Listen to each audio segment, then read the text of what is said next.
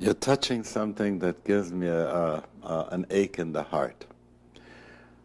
Before the '67 war, I tried to publish a piece, and in it I wrote that Jerusalem needs to be internationalized.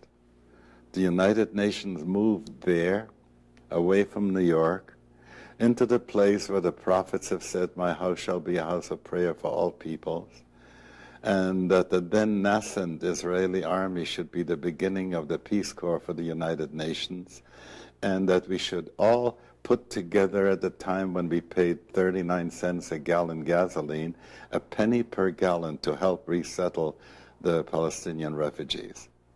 It fell on deaf ears, you know.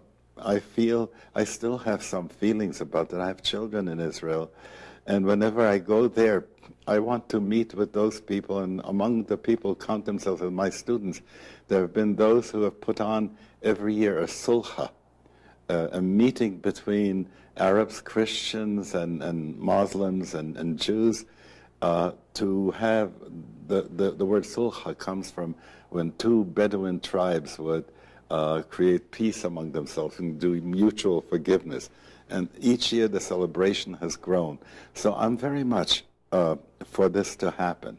If the question is about what is just and what is right, I think all the people who are trying to deal with that are taking for granted that the cortex can solve the problem.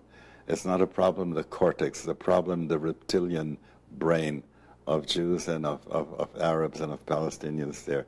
And it is also a problem of how this is being abused by people who want to stay in power by finding a whipping boy about that. We could have had the United States of the Middle East in such a wonderful way in which the talents and the resources of all of us could have helped each other.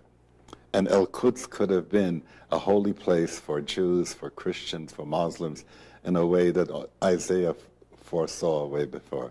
So I have that vision, and I think that's a strong and important vision. It has no other choice. It has no other choice. When people look at every bit of karma that's coming down the pike, if they still think that one group is going to win over the thing, they're wrong. They're wrong.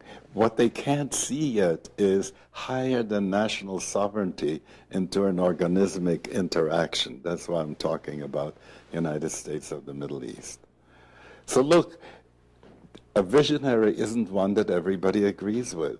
But if I don't put such a vision out, and if my colleagues don't put such a vision out, like the rabbis for human justice and so on and so forth, if they didn't put that vision out, then it would never get there. And I would like to see my counterparts on the other side among Palestinians. And I know there are some, I've met some of them. I've spent some time recently with a Naqshbandi sheikh in Jerusalem, and it was wonderful.